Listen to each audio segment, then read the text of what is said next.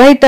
కాసేపటి క్రితమే ఆత్మసాక్షి survey report వాళ్ళు బయటికి ఇవ్వడం జరిగింది. అయితే వైసీపీకి 48.5%, అలయన్స్ టీడీపీ, జనసేన, బీజేపీకి సంబంధించి 46.5, దాదాపు ఒక 2.5% ఇప్పుడు ఏం చెప్పమనే వాళ్ళు ఎవరికేస్తారు 2%. అది నేను గవర్నర్ మూర్తి గారి గురించి నేను వారి అభిప్రాయం వారి ప్రకారం వచ్చాడు. అడిగిన క్వశ్చన్స్, లీడ్ క్వశ్చన్స్ అన్ని దానికి కారణమే ఉంటాయి. వేరేది దాదాపు కొన్ని వేరే సర్వే ప్రకారం నేను గమనించినప్పుడు మార్పు వచ్చింది. డెఫినెట్గా నా అభిప్రాయం ప్రకారం 45.2% ఏదైతుందో ఓటింగ్ అది మార్చి 10 నాటికి కాంప్రహెన్సివ్ సర్వే. కానీ దాంతోపాటు నా మిత్రులు, నా సహచరులు ఇచ్చిన సమాచారం ప్లస్ ఇంకొక తెలియని సోర్స్ తర్వాత మీకు చెప్తాను. ఆ 3 సోర్సుల ప్రకారం కూడా పరిగణలో తీసుకుంటే 42.8 దగ్గర కన్ఫర్మ్ అయిపోతుంది, పెరగట్లేదు వైఎస్ఆర్ కాంగ్రెస్ పార్టీకి. 45.3% అంటే 2.5% డిఫరెన్స్ ఆధిక్యతతో తెలుగుదేశం పార్టీ, జనసేన, బీజేపీ అంటే నాకు నమ్మక ద్రోహం చేసిన పార్టీ అని ఉందండి. అప్పుడే కనుక పొత్తు వచ్చిన నేపథ్యంలో అది ఎవాల్యుయేట్ చేసుకోవడానికి 20th వరకు పడుతుంది అనుకోండి. అందువల్ల నాకు ఇష్టం ఉండకపోవచ్చు, అది వేరే ఉద్యమకాటి కింద. కానీ వాస్తవాలు చెప్పవలసినప్పుడు బీజేపీతో కలిసిన తర్వాత కూడా 45.3% ఓటింగ్ ఉన్నాయి. కానీ దీంట్లో వచ్చిన గణనీయ తేడా ఏంటంటే గత సర్వేస్కి ఈ సర్వేస్కి కాంప్రహెన్సివ్ డీటెయిల్డ్ అనాలిసిస్ చేసిన వాటికి తేడా ఏంటంటే 1.1% ఎవరో నోటాకు ఉంది, 1.4 చిల్లర. అన్డిసైడ్ ఓట్లు 6.9, 6.8కి వెళ్ళిపోయారండి. 4% ఉండే అన్డిసైడ్ ఓట్స్ బహుశా ముస్లిమ్స్ కానీ మిగతా మైనారిటీస్ కానీ వాళ్ళు డెసిషన్ నుంచి మార్చుకుని వేవరింగ్ మైండ్లో ఉండి పక్కన ఉంటారు. ఏమని అలా ఎవరు ముఖ్యంగా కన్ఫ్యూజ్ అయిపోతారు. ఈయన తెరకున్నారు, ఆయన తెర ముందు అంటున్నారు. ఈ బీజేపీతో మనకి ఎలాగా, లేకపోతే ఏం చేస్తున్నాం, అసలు ఆంధ్రప్రదేశ్కి హోదా విభజన హామీలు అందరూ ముంచేస్తున్నట్టున్నారు, మనం ఎవరికి వేయాలి? పన్ను షర్మి గారు అదర్ పార్టీస్ కి 3.9% ఓటింగ్ ఉంది. షర్మి గారికి, సిపిఎం కి, ఇతర ఇండిపెండెంట్స్ కి 3.9% ఓటింగ్. ఇప్పుడు ఎవరైతే న్యూట్రల్స్ ఉన్నారో they play a very vital role now. ఇది చాలా అంటే జన్మ కొన్నప్పుడు వారు 1 సైడ్ అయిపోయింది, తెలుగుదేశం 140 సీట్లు లేదని పరిస్థితి. కానీ ఇవాళ కూడా టిల్ట్ జనసేన, తెలుగుదేశం, బీజేపీ కూటమి వైపే ఉంది. ఆ ప్రకారం సర్వే చేసుకుంటే బట్ మెజారిటీ ఆఫ్ ద సర్వేలు అన్ని కూడా జగన్మోహన్ రెడ్డి అధికారంలోకి వస్తాయి అని చెప్తున్నారు. ఏ సర్వే? మెజారిటీ సర్వేస్ ఒకటి చెప్తానండి. నార్త్ ఇండియాలో చేసిన సర్వేస్ అందరూ కూడా వాళ్ళ శాంపుల్ సర్వే చాలా ఇంపార్టెంట్. ఈ శాంపుల్ సర్వేస్ ఎవరైతే ఉన్నారో దానికి లీడ్ క్వశ్చన్స్ ఇంపార్టెంట్. అక్కడ స్థానికులను చేయాలి.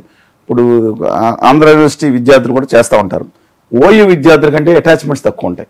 ఇతర ప్రాంతాలు తిరిగి వచ్చి ఉండాలి కదండి. అందుకని ఓయూ తర్వాత కేయూ కాకతీయ యూనివర్సిటీ విద్యార్థులను అక్కడ పంపించాల్సి ఉంటుంది కొన్ని చోట్లకి. అంటే కొన్ని కాషన్స్ తీసుకోవాల్సి ఉంటుంది.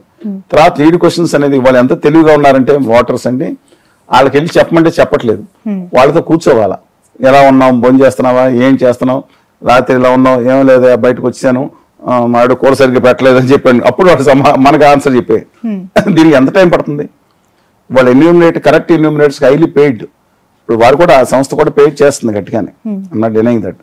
కానీ చాలా ఓపికతో కూర్చు చేయాల్సిన సర్వే ఇది, చిన్న విషయం కాదండి. ఈ టైం లోపల మళ్ళీ మారిపోతుంది, కొత్త పొత్తు వస్తుంది.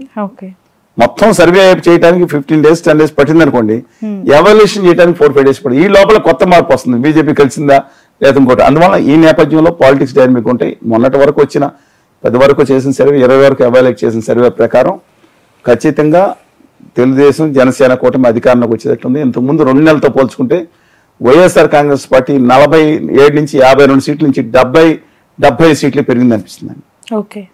అంటే వైఎస్ఆర్ గ్రాఫ్ కొంచెం పెరుగుతుంది. I don't know the reason behind that, probably because of this alliance or ఒక ఇది కానీ. అందువల్ల ఈ నేపథ్యంలో మనం తీసుకుంటే ఈ అన్నీ కూడా ఇవాళ క్యాండిడేట్స్ దాదాపుగా ఫైనలైజ్ అవుతున్నారు.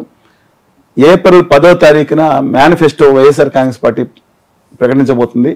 ఆ లోపు మరింత క్లారిటీ వస్తుంది. ఇవాళ జగన్మోహన్ రెడ్డి గారు manifesto playing cards close to his chest. ఆయన మేనిఫెస్టో బయటకు వచ్చి ఆయన ఎలక్ట్రిసిటీ గురించి డెఫినెట్గా తెలంగాణలో ఇచ్చినప్పుడు 200 యూనిట్ల 150 యూనిట్ల ఎందుకంటే ఎస్సీలకి మేము యోజన ఇవ్వడం మొదలుపెట్టారు ఫ్రీగా. అంటే అది మంచిదా కాదనేది నేను తర్వాత మాట్లాడతానండి.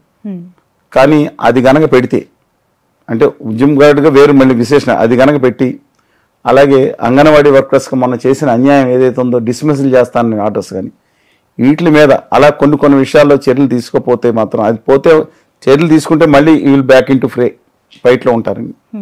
ఇవాళ వాళ్ళ అభిమానులు అన్నకు 150 అంటే ఒకళ్ళు అంటారు 150 కాదన్న 200 వస్తాయి. 150 క్వశ్చన్ లేదు, మా బాస్కి 200 వస్తాయి అంటారు.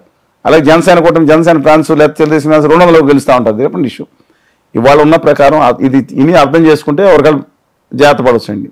తెలుగుదేశం పార్టీ కూడా జాగ్రత్త పడవచ్చు ఎవరికాళ్ళు. బట్ నా ఉద్దేశం ప్రకారం ఇది మాత్రం టఫ్ కాంపిటీషన్ ఉండాలంటే అలాంటివి అయితే, ఎందుకంటే జగన్మోహన్ రెడ్డి గారి మీద నమ్మకం ఉంది, చెప్తే చేస్తాడండి. చంద్రబాబు నాయుడు గారి గేమ్ వేరండి. ఆయన 4C చేస్తారు, అభివృద్ధికి ఏం చేస్తారు దాని మీద నమ్మకం చంద్రబాబు నాయుడు గారికి. ఇది హామీ ఇచ్చి చేస్తారని నమ్మకాలు జగన్మోహన్ రెడ్డి గారు కూడా 2 CPS 2-3 ఫెయిల్ అయ్యారు, మిగతా అమలు చేస్తున్నారు. నేను దాంట్లో పెట్టలేదు కదా మేనిఫెస్టోలు అంటున్నారు కొన్ని. అందుకని నా అభిప్రాయం ప్రకారం ఆయన హామీ ఇస్తే మాత్రం అగైన్ కాంపిటీషన్ టఫ్ గా ఉంటుందండి. 100 స్థానాలు ఉన్నాయి వాళ్ళ, 100 నుంచి 105 స్థానాలు జనసేన తెలుగుదేశం కూటమికి. ఇవాళ తర్వాత రేపు మార్చండి. మేనిఫెస్టో వచ్చిన తర్వాత మళ్ళీ అగైన్ మేనిఫెస్టో రావటం, ఈయన యాత్ర మొదలు పెట్టారు కదా 27 నుంచి యాత్ర నుంచి 10వ తారీఖు బస్సు యాత్ర.